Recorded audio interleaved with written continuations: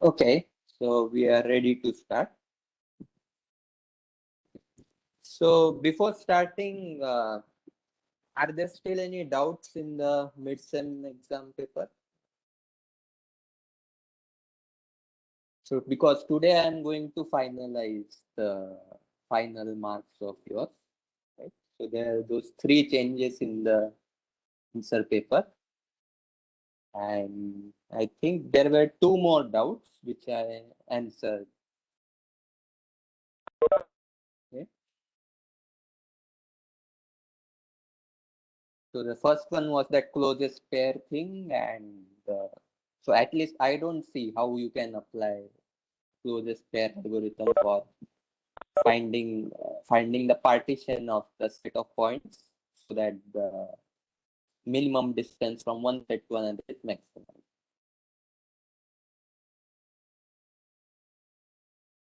So any other doubts in the question paper?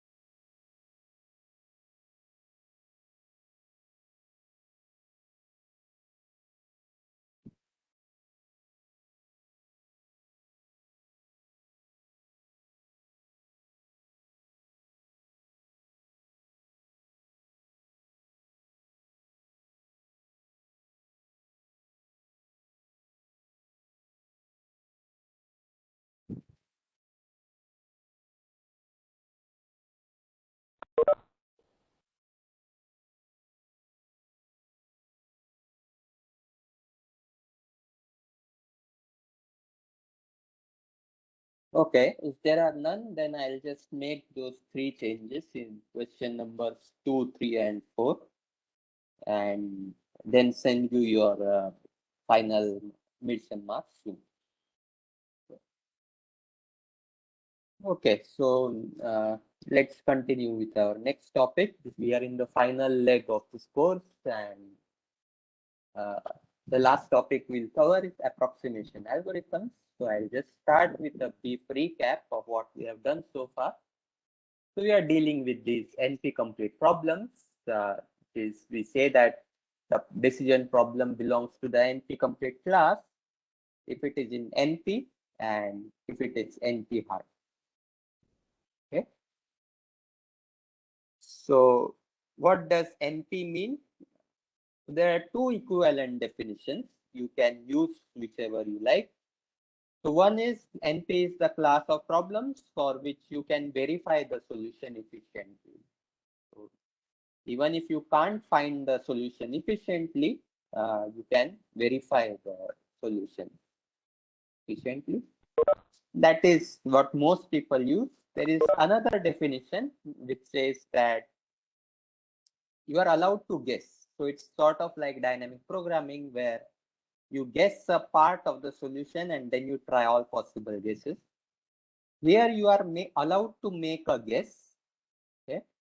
And if there is a sequence of guesses which leads to yes instance, that means the solution to the decision problem is yes, then we always make the correct guess. Okay? So in dynamic programming, we were trying all possible guesses. Here we assume that we always make the correct guess, and we can make polynomial such guesses, then the problem will be in NP. Okay. And the other condition is that A should also be NP hard. Okay. So there are 2 equivalent definitions. This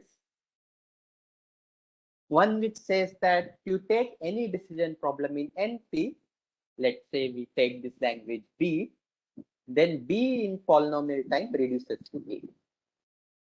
Okay. So what that means is if I have a solution to this decision problem A, then I will be able to find a polynomial time algorithm for all problems in NP. Okay.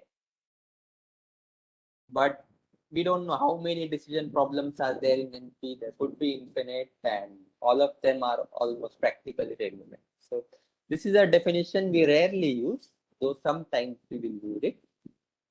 More popular definition is this, that there exists a decision problem B, which is itself NP complete, and B in polynomial time reduces to A. Okay? So if I have a polynomial time solution for A, then I have a polynomial time solution for NP complete problem. Okay? Which will in fact imply that P equal to NP, which we don't believe in. Okay? So whenever you want to show that something is NP hard, you pick some NP complete problem and reduce it in polynomial time to the problem you have in hand. Okay, so for most cases, we use this definition, and we have already seen some. So for this definition to apply, let's say I have given some arbitrary problem and I want to show it NP hard. I need a NP complete problem at hand first, and then I will reduce in polynomial time from that NP complete problem to the problem which we have in hand. Okay, so first I need some NP complete problem, and the first NP complete problem which was discovered was satisfiability. Okay, so we saw this SAT instances where you are given some and of ors of certain variables, and you want to decide whether there is some assignment to the variables which can satisfy this formula. And once this NP complete problem was found, then people found more other NP complete problems. They just started with a satisfiability instance and reduced it to certain other problems. Okay. But finding the first NP complete problem, this was a big challenge, and this was proved by Cook and Levin in 1971. Maybe you'll see this. We won't do this proof in this course, but we will see this in some automata theory course. Okay. So at the moment, we are just interested in what problems how we can show that problems are NP complete. So this NP completeness is a notion of hardness. If I'm able to show that a problem is NP complete, or if I'm able to show a polynomial time reduction from satisfiability to that problem, then that problem is likely to be hard. Okay, so we right now we don't have any tools to show that a particular problem is hard. We cannot show that there is no polynomial time algorithm for this problem. To do that, we will have to go over all polynomial time approaches, so that none of these approaches work. But right now, there is no such notion to prove this, that there exists no polynomial time algorithm for this problem. So we try this different approach that we just show NP completeness of that problem. If 3SAT or any other NP complete problem reduces in polynomial time to this particular problem, then this problem is likely to be hard. But we cannot say for sure that it is hard. It's just likely to be hard, because then a lot of other problems which are believed to be difficult, they will have polynomial time solution. Okay.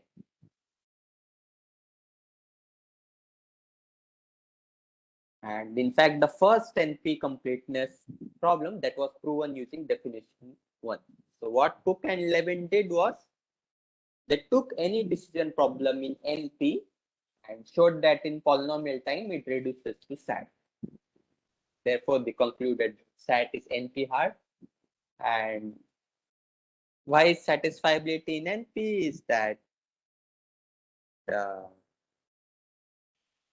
yeah, so let's say I have this particular formula, P, C1 and C2, and so C1, C, all these CIs are clauses. This is what we call as the clauses, okay, which is just OR of certain variables. So these variables could be, it would either be the variable or the negation of that variable. So each such variable, we call it a literal. Okay, so each such clause is the OR over certain literals, and then we take the AND over all such clauses. So that's what our formula looks like. And we say that P is in conjunctive normal form. Okay, so it's also called a CNF in short. There is another version which is called a DNF, disjunctive normal form. It's just the opposite of this. Okay, so in this case, we take the or over all clauses, and each clause is a and over certain variable. Okay, but in this case, we are just interested in conjunctive normal form, and we saw that almost any problem which we discussed can be expressed as a formula like this. Okay.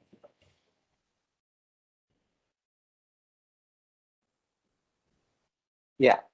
So this is what a sample formula looks like.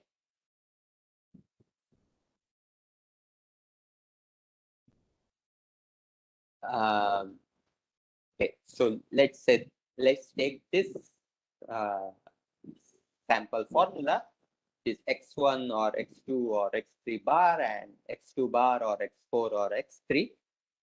Okay. And so this is in conjunctive normal form because we are taking the and over certain clauses, and each clause is a or over certain variables or their complement. Okay. So the problem we are interested in, can we assign 0, 1 values to all variables, x1, x2, or x3, and so that the formula is evaluated to 1. Okay. We want to assign 0, 1 values to x1, x2, x3, and x4 so that this final formula gets evaluated to 1. Okay. So for instance, if you set x1 to 1, x2 to 0, then this formula will be satisfied. Right? Because x1 to 1 will make this clause equal to 1, and x2 to 0 will make this clause equal to 1. You just take the and over.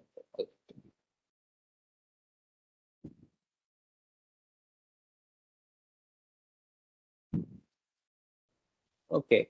So first thing is why this satisfiability is in NP. Right? So there are two ways to do this. One is that if there exists some assignment to this variable, then I'll just guess the values of those variables. Let's say I guess x1 to true and x2 to false. Then I can just evaluate this formula in polynomial time. Because if x1 is true, then this entire clause will be true. If x2 is false, then this entire clause will be false, true. Right? So I can in polynomial time verify that that is indeed a solution. And so by guessing the values of those variables, I can decide whether the problem is in NP. Okay. Another thing is that if I give you a solution, you can easily verify it.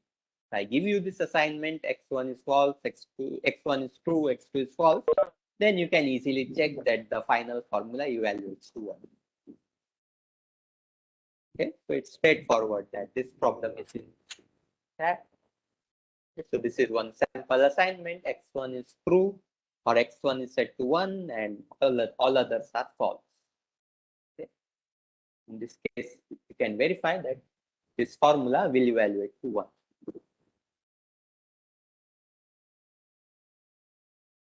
Okay.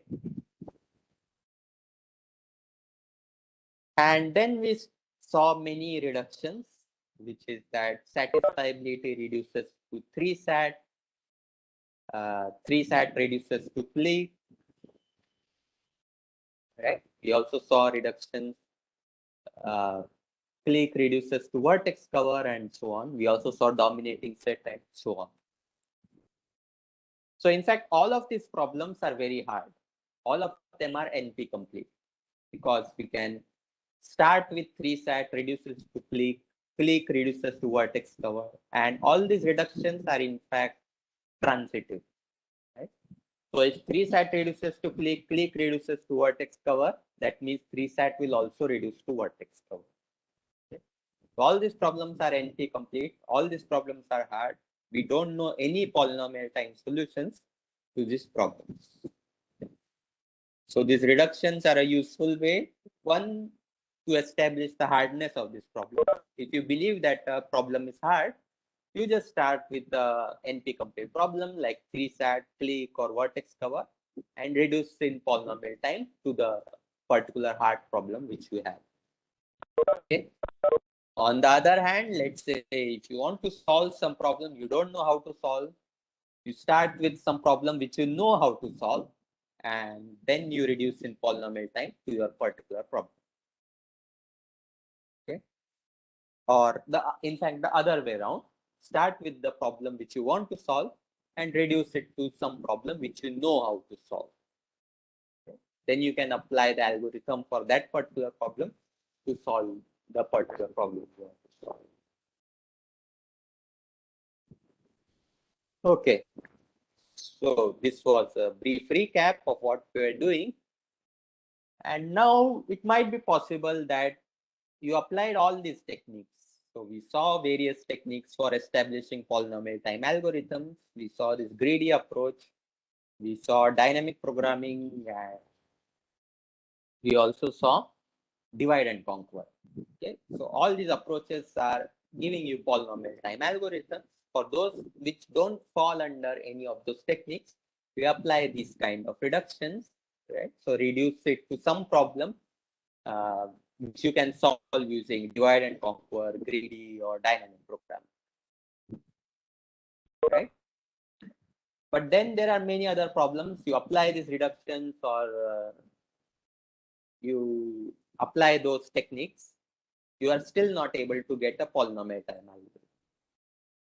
Okay, so these are examples of those problems, because a reduction from, let's say, 3SAT to click is not useful for getting a polynomial time algorithm, because we don't know a polynomial time algorithm for click, we don't know a polynomial time algorithm for 3SAT. So then what do we do in such cases, right? So that's what we want to consider now, is that let's say you apply these reductions, but you don't know the polynomial time algorithm for either the reduced problem or the problem you are reducing. Then what do you do in such cases? And that's what we want to see now.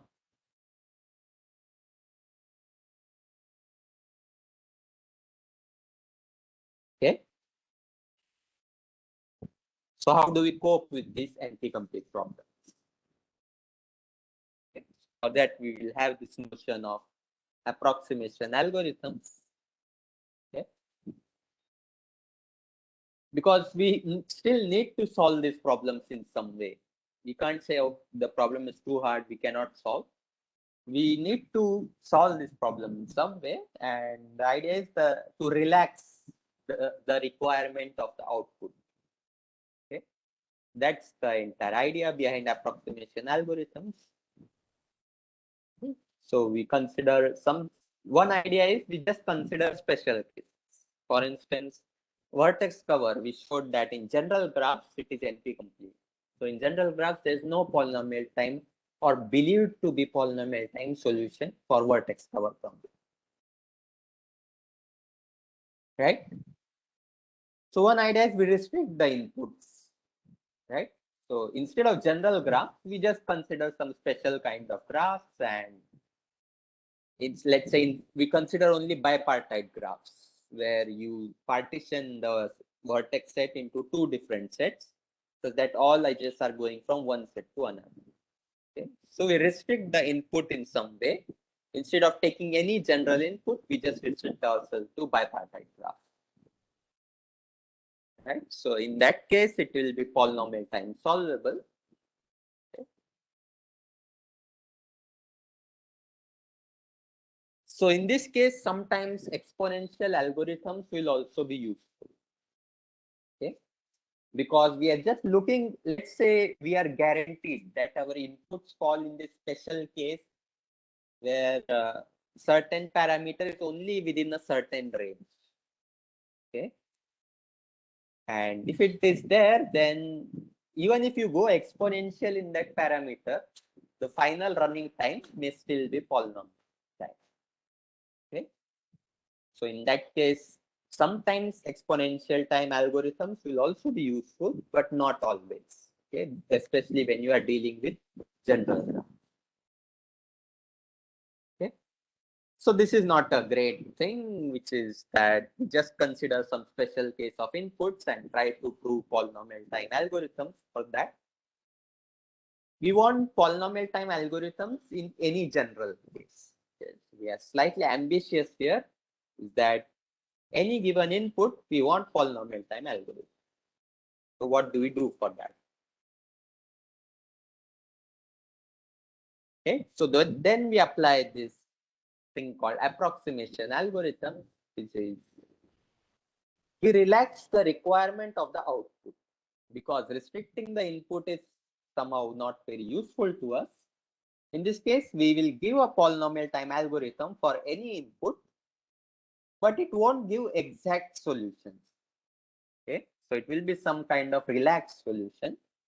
It will not be the optimum every time, but it will be close to the optimum. Okay, very close to the optimum. And in fact, in many practical applications, we don't need the exact solution.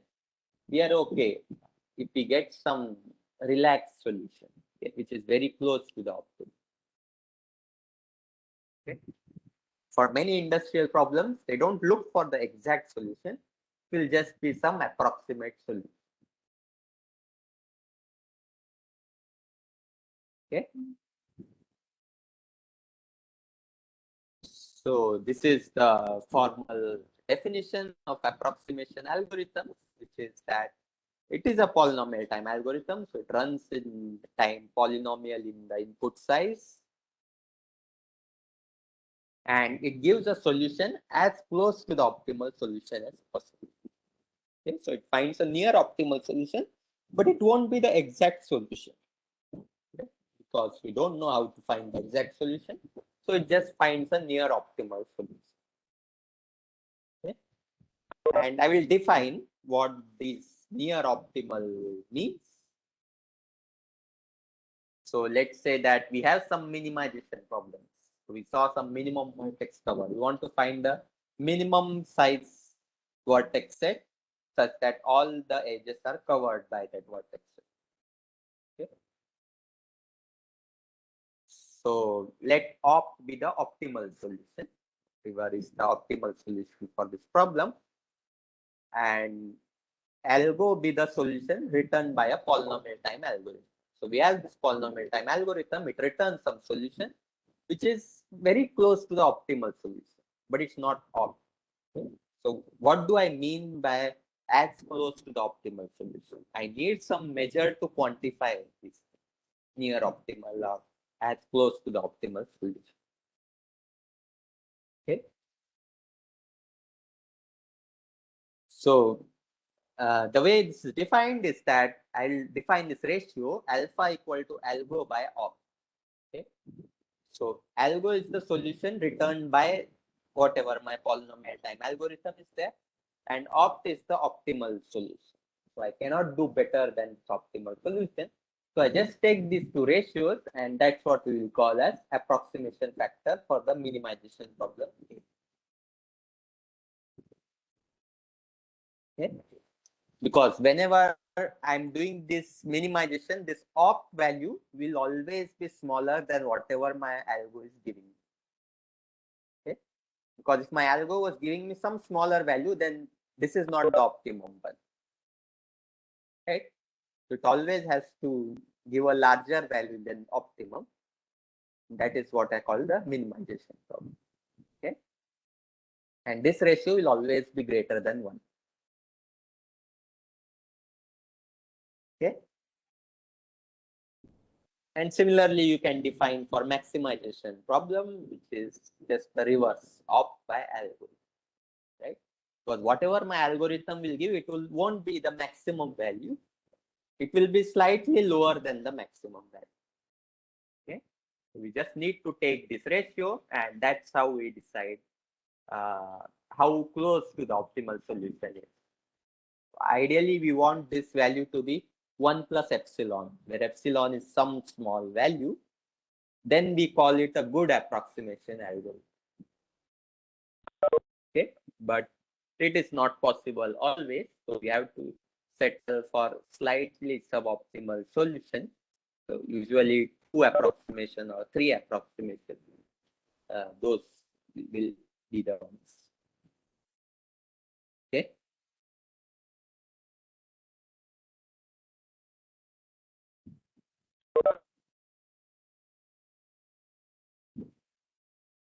Okay. So any questions regarding the definitions, what approximation algorithms are?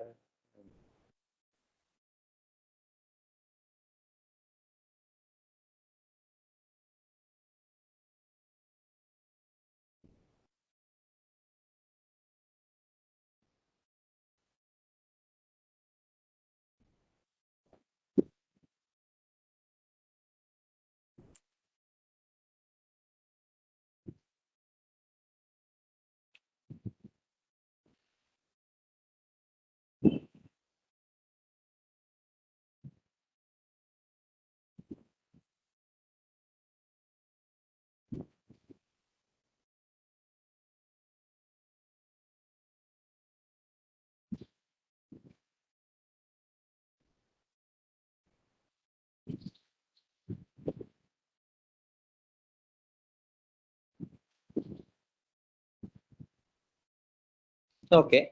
So if this is clear, then we can go ahead with design of approximation algorithms for specific problems. Okay.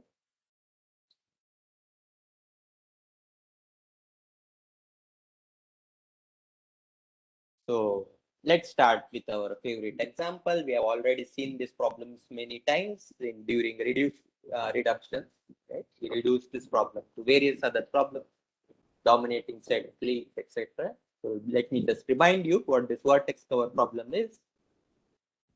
That you are given some undirected graph G with its set of vertices and edges, and you want to find some subset of.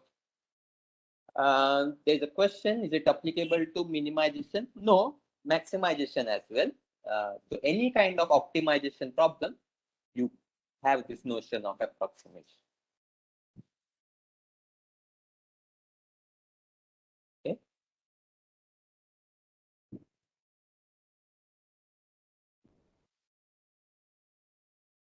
And I will try to give you examples of both minimization and maximization problems where you can apply this approximation algorithm.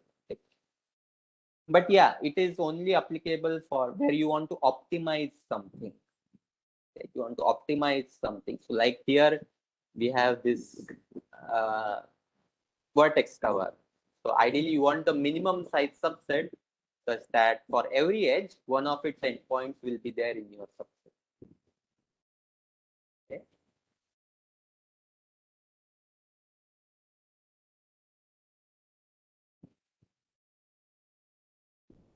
Yeah, but in fact, if you remember, we saw this during reductions, is that any decision problem, you can write it as an optimization problem.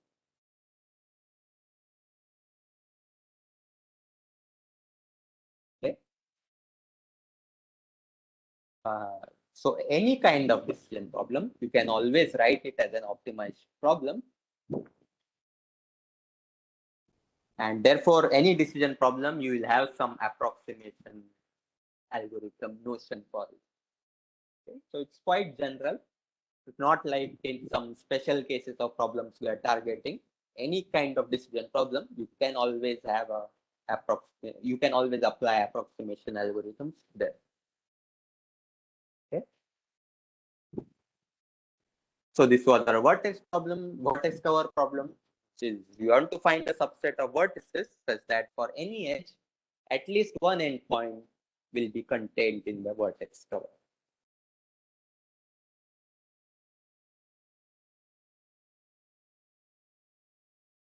Okay. So we want to find the vertex cover of minimum cardinality.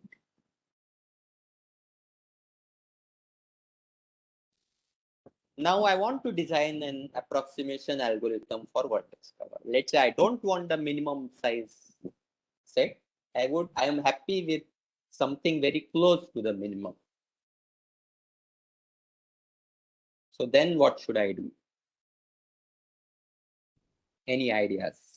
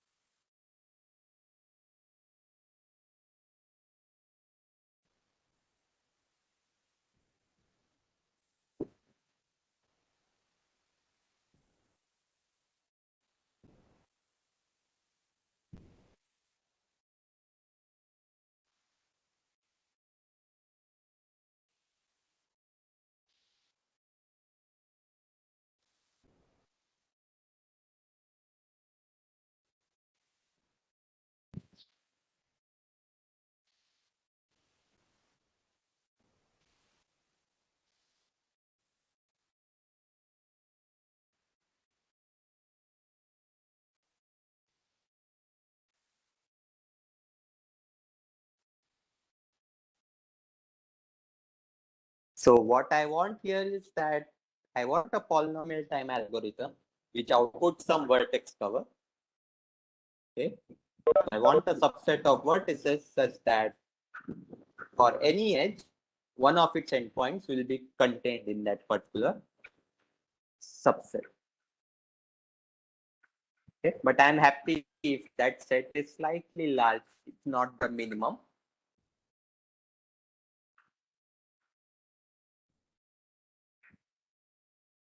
So how will you design a polynomial time algorithm for this problem?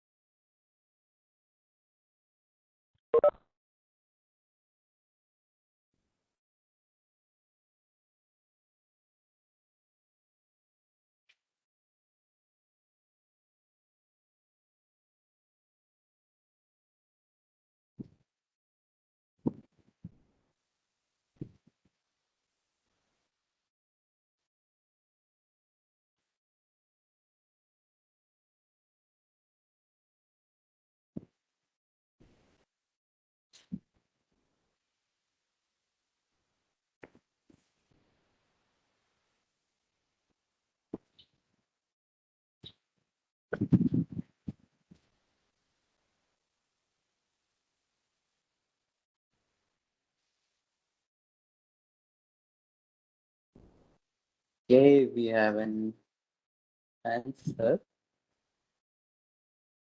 We can consider all the vertices, then remove a vertex whose incident edges are covered by at least one other vertex. Yeah, that is one idea. Yeah, so let's see.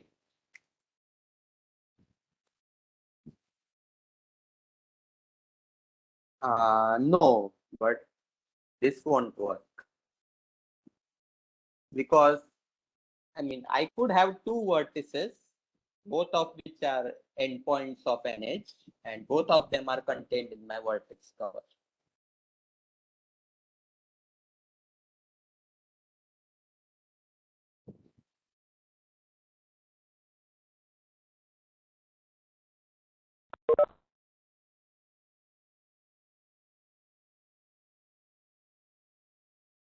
okay, but still, yeah, this is a good idea. We'll consider all the vertices and then we remove those vertices to the incident edges are covered by at least one other vertex. So what we are going to see is slightly better because finally it's not enough to give just some random vertex cover. We also want to compare it with the minimum possible vertex. Right?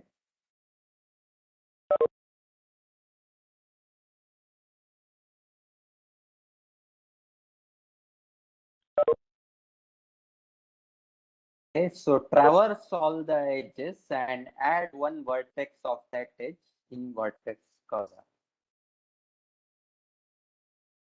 Okay, yeah, that certainly works.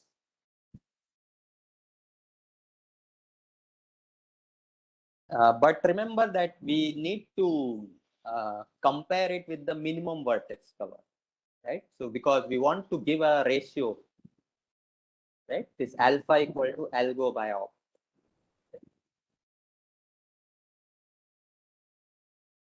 So how will you find out this ratio? Whatever your algorithm is.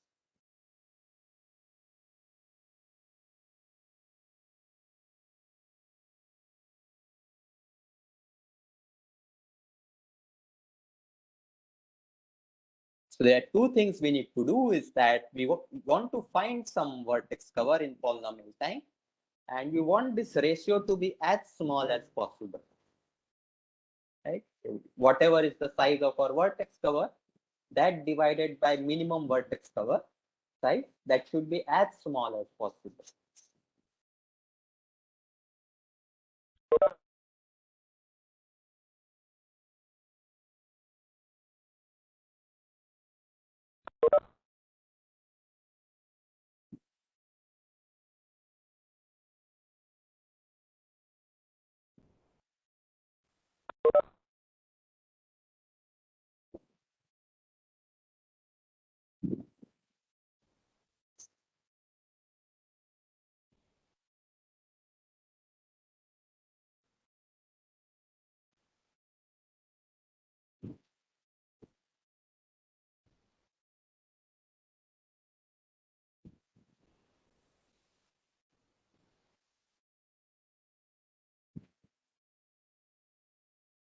Okay, so we'll see a slightly different algorithm, which is sort of based on your ideas, which is this traversing all the edges and add one vertex of edge. And then we'll also show how it compares with the minimum vertex. Okay.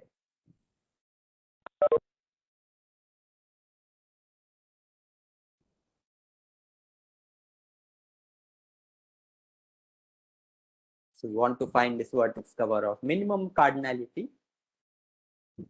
And the idea is that we don't need to go over every edge. Okay, so we'll just select some subset of edges such that this subset is as large as possible and no two edges are adjacent. So by adjacent, I mean they don't share any endpoint with each other. Okay.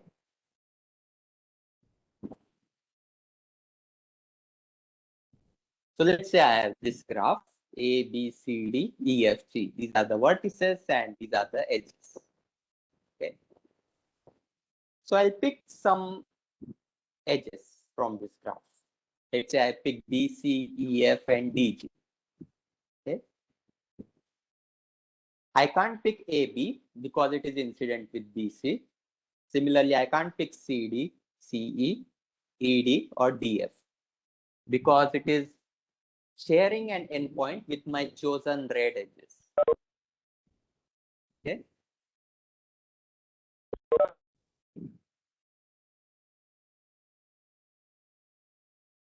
Okay, there is a question. For comparing algorithms output with the optimal solution, we can compute the cardinality of the set and then compute its ratio with optimal solution. Yeah. So exactly. So we want to find that ratio. So how will you find that ratio? You don't know what is the optimum solution here because it's very hard to find this vertex cover problem, right?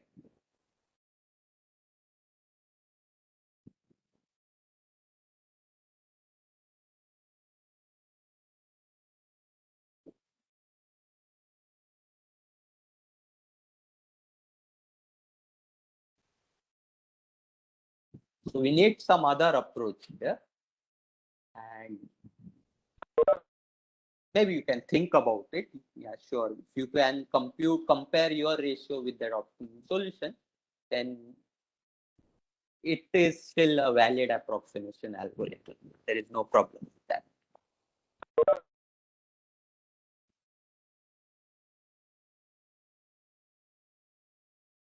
Okay, so here's this algorithm where I have this set of edges such that no two edges are adjacent, and this set of edges is as large as possible.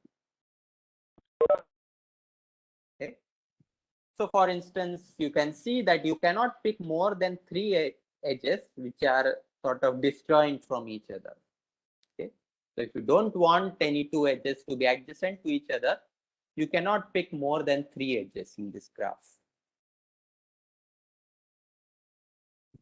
Okay.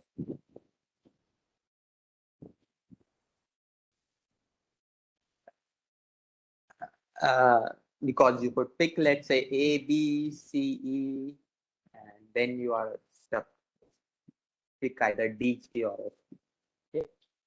So you want to pick such set of edges which are disjoint from each other, and this set is as large as possible. Okay. And then what we do is we return both the endpoints of these edges. Okay. Because what we know is that every other edge, it is incident with some endpoint of the chosen red edges. Okay. So we have to pick both the endpoints to make sure that all the edges are covered.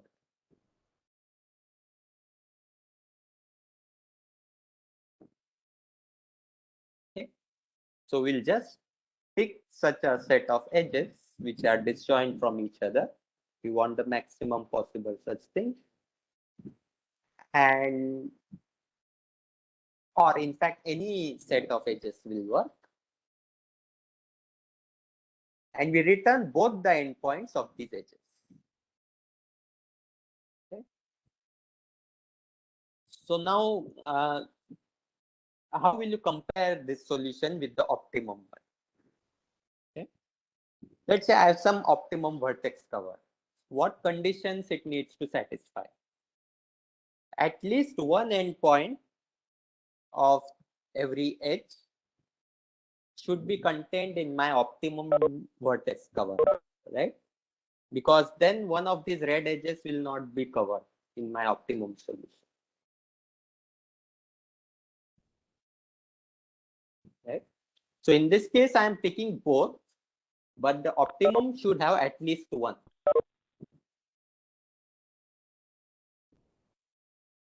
right? So at least one of B or C or E or F or D or G have to be there in my optimum vertex cover. Okay. In this case, I am picking both of them. So this is in fact two approximation, right? So it will be double the size of the optimum,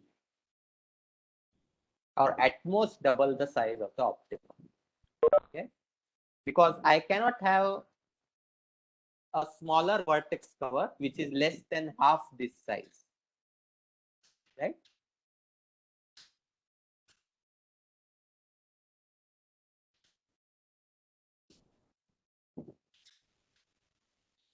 Because if I had a smaller solution which is less than half the size of this vertex cover,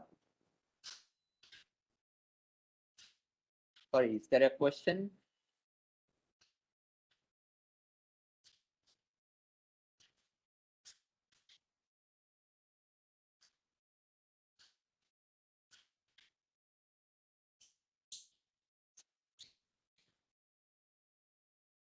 Okay.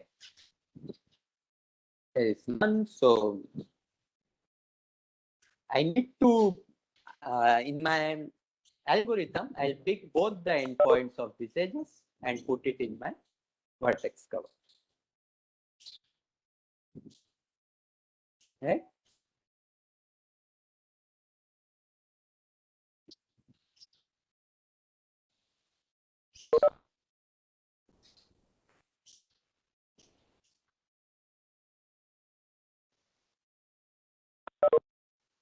Okay, so now we need to formally show that the set C returned by our algorithm is a vertex cover, and this algorithm is a polynomial time algorithm. Okay. So why is it a vertex cover? If I pick both the endpoints of these edges, right? Because what I know is that if I add any other edge, then it will be adjacent to the chosen red edges. Therefore, it shares an endpoint with either one of these endpoints. So every edge will have one of its endpoints among these B, C, D, G, E, F. Okay, and therefore it is always a vertex cover. The set C returned by the algorithm is always a vertex cover.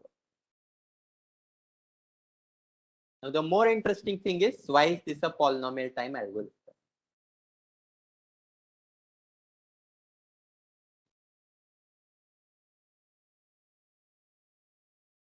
So how can I find this set of edges so that every other edge is incident with these edges?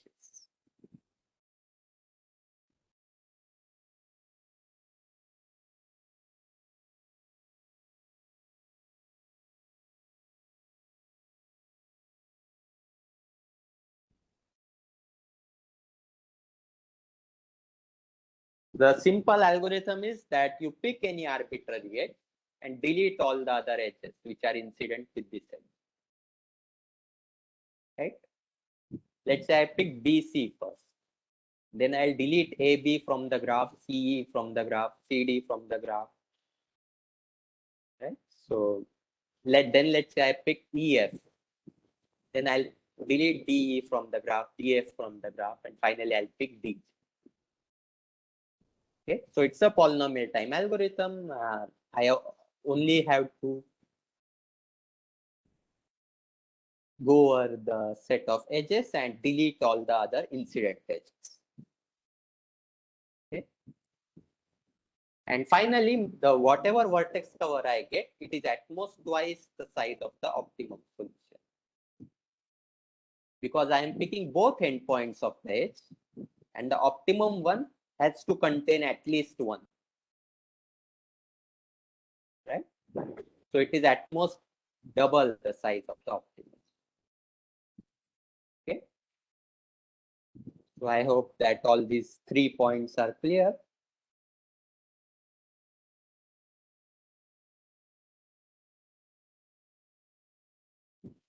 So any questions so far?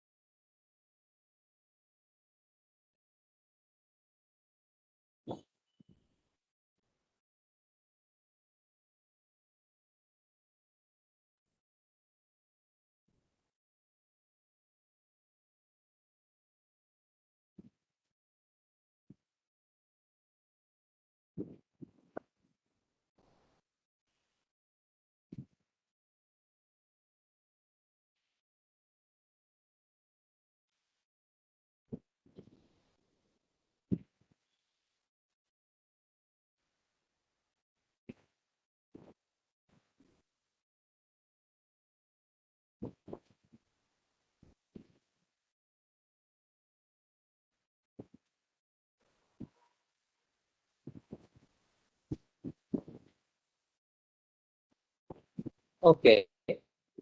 So I hope this algorithm is clear. It runs in polynomial time.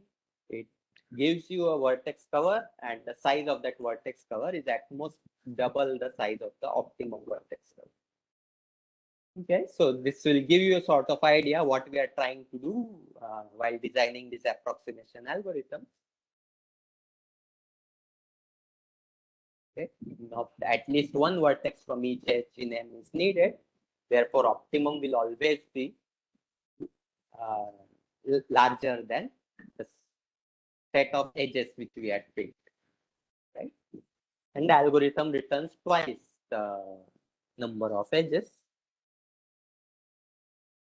Therefore, you can do this calculation, right? Twice the number of edges is at most twice the optimum, because optimum is always larger than M, because we are always picking one endpoint from M in our optimum solution. Okay, so this is a factor 2 approximation algorithm for the vertex cover problem. And in fact, this is the best known.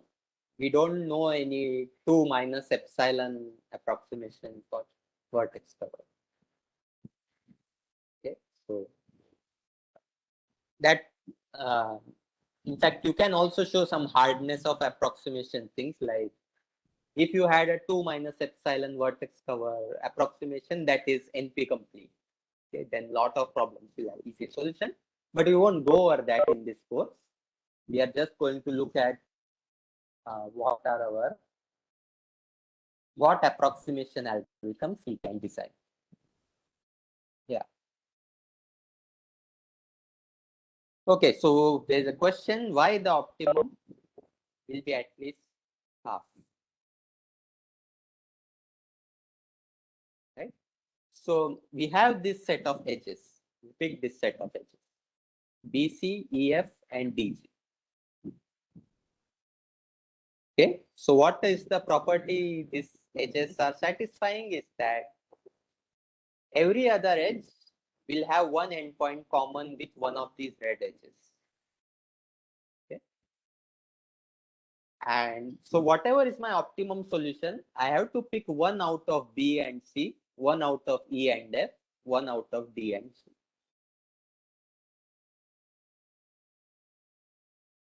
Right? So if I have these three edges, at least three vertices have to be picked.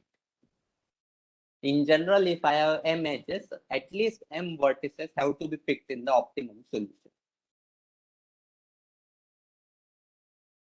Right? And what I am doing in my algorithm is that I am picking both of these. So if there are M such edges, then I am picking two M vertices. Right? So my algorithm is picking two M vertices, and optimum should have at least M vertices. Right? So the optimum is at least half the total number of vertices which are picked.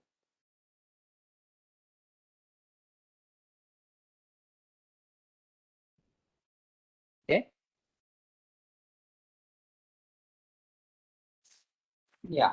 So I hope this is clear, and it is also a polynomial time algorithm because I can pick one edge, delete all the incident edges with it. Pick another edge, delete all the incident edges. So it runs in polynomial time, and it gives me a two-factor approximation for this problem.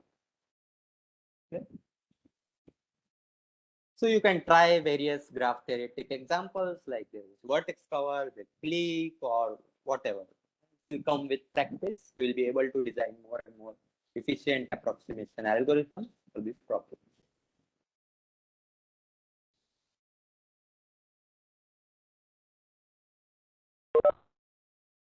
Okay.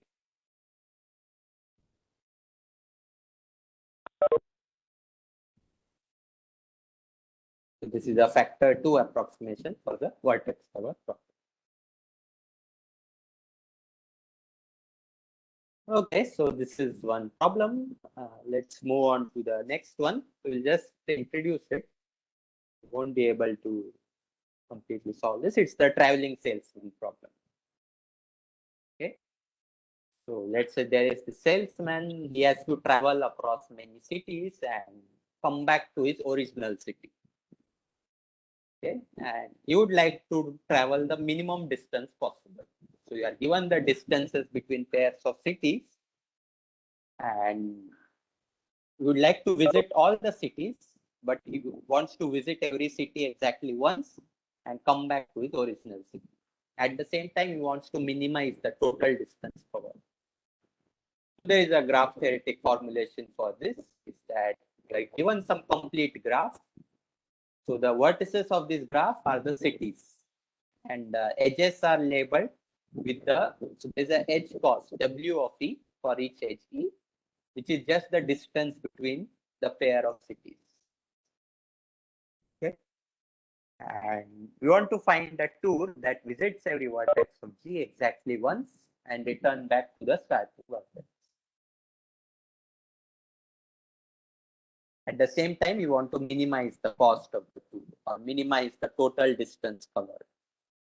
So each edge is labeled by the distance between the two cities.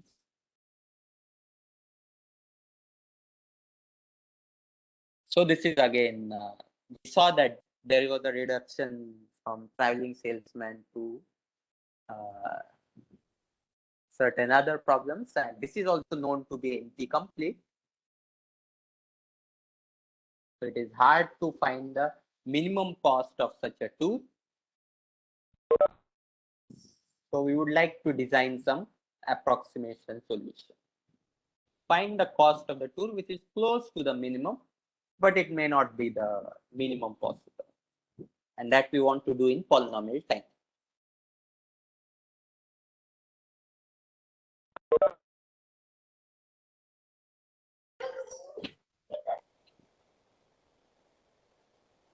Yeah, any question?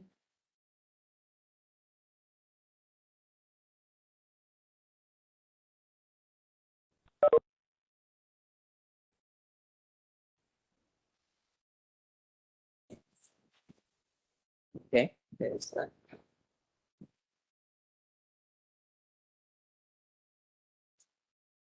Okay, so let's see this particular example. We have this complete graph. Okay, so there is edges between every pair of vertices, and you are given the weights of all these edges. Okay, so you can think of this as cities, and the edges are labeled with the distance between those two cities. So these two cities are 5 kilometers apart. These two cities are 5 kilometers apart. This is 3 kilometers, 4 kilometers, and so on. So I want to start with one city, visit every other city exactly once, and then return back to my original city. Okay.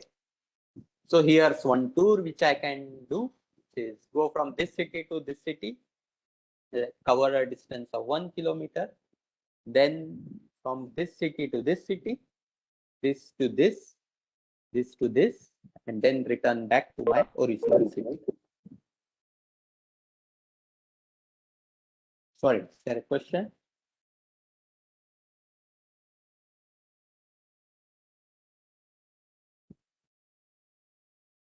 Okay. So what's the cost of this tour is that I traveled 1 kilometer here, 2 kilometers here, 5 kilometers here. 1, 2, 5, 6, and 2. Yeah. So I visited every city exactly once, and then finally I returned to my origin city. Okay. So the total distance traveled will be 1 plus 2 plus 5 plus 2. It's just 16.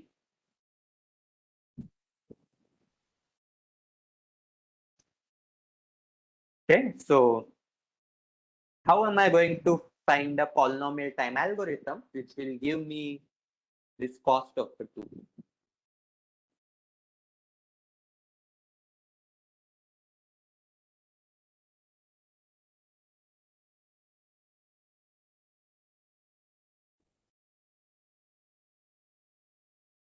And I think this is the minimum 16. So I'm happy with slightly larger than 60.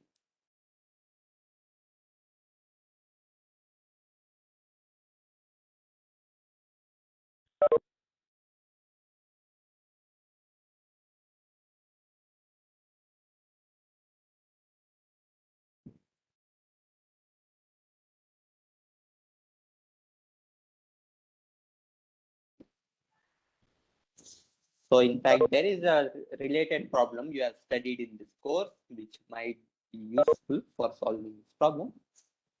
But just spend some time thinking, how are you going to find the minimum cost, or just some tool.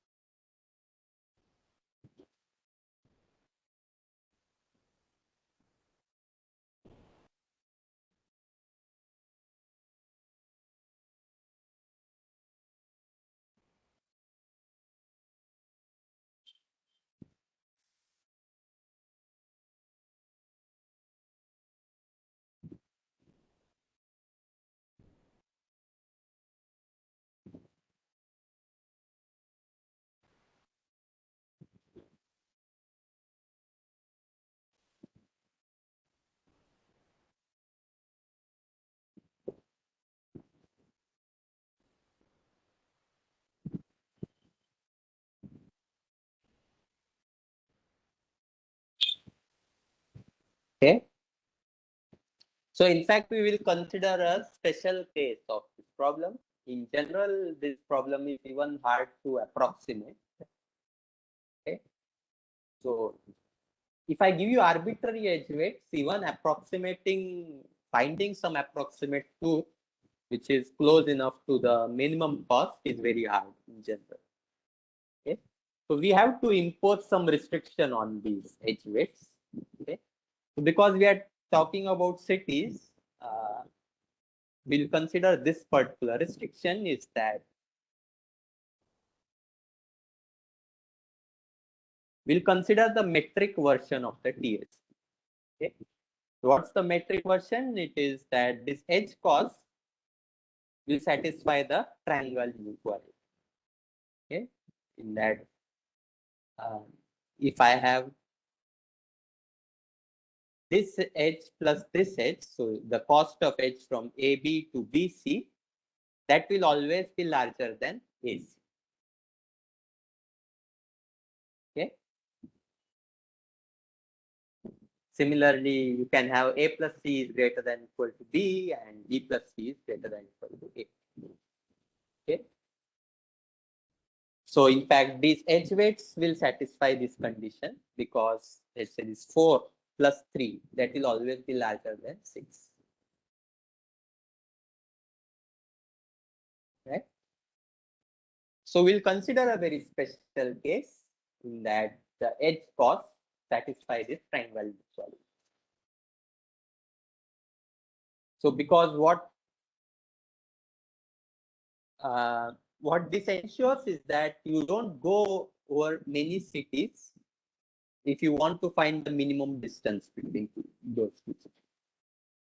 Right? So what I'm saying is that the distance between A to B plus the distance between B to C is at least the distance between A to C. So if you want to go from A to C, the shortest way is directly go from A to B. Going via B will result in a larger. So this is a assumption we will make is that it satisfies this triangle inequality. And let's say if I promise to give you such weights, you want to design an approximation algorithm for TSP, this metric version.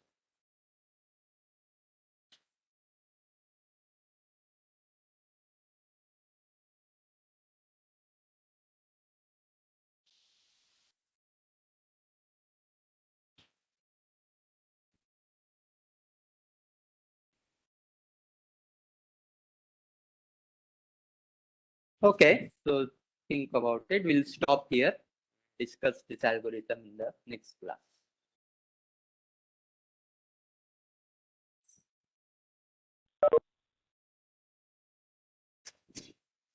There are any questions?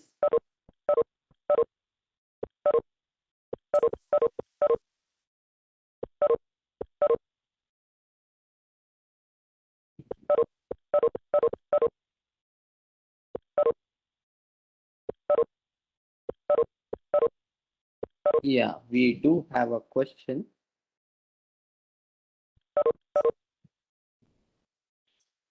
What if we use this triangle and B is the cornermost point?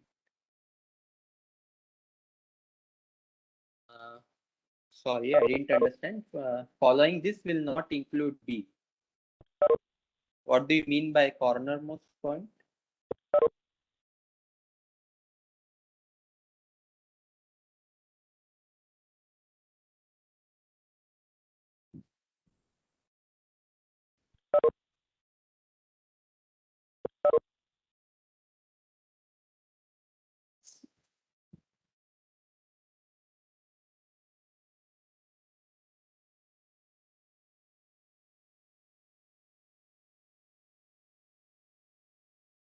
B is at far end of the graph such that no other edge reaches B.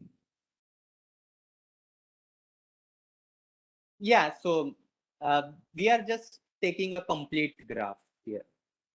Okay, so there are edges from every vertex to every vertex.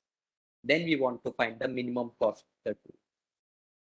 Okay, so these kind of corner cases we won't be dealing with. That there is an edge from every vertex to every other vertex. Let's not worry about if there is some vertexes that no other edge reaches.